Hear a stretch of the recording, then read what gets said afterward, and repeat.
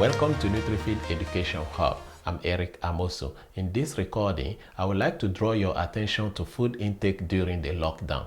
I know we are going through a very difficult time, confined to our home with minimal physical activity, no jogging, no walking. There is a tendency to eat and pick up more weight.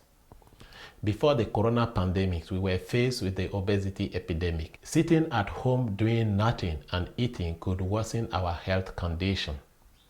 Remember, you have put in a lot of effort in losing weight and regain control of your health. If care is not taken, all this effort might become wasted. How do we then control our food intake during the lockdown? I would like to share some tips with you, which I'm also using currently. Control the frequency of eating. You need to determine how many times you would like to eat in a day. You can opt to eat at 6-hour or 8-hour interval. If you choose to eat at 6-hour interval, you might be eating 3 times a day. That is, you will have your normal breakfast, lunch, and dinner. On the other hand, if you choose to eat at 8-hour interval, you will end up eating twice a day, which means you could have your first meal in the morning between 9 and 10 a.m. and your second meal in the evening between 5 and 6 p.m. What happened in between those meals becomes very important to prevent weight gain. If you feel like eating, first drink some water.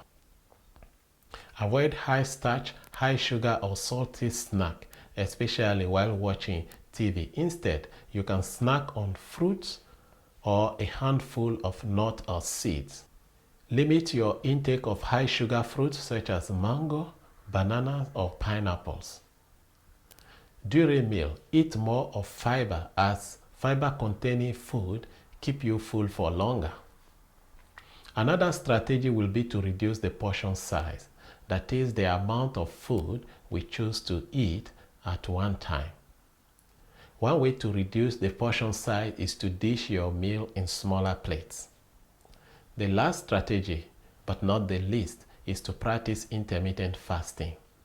Fasting is a voluntary abstinence from food for a determined period of time. Most people find it convenient to implement the 16-8 methods, which correspond to 16 hours of fasting including sleeping time and 8 hours of eating window. During the fasting, you are allowed to have some tea or coffee, but without sugar. Instead, you might choose to use non-nutritive sweeteners. In summary, we need to take control of our food intake and regulate how we eat during the lockdown.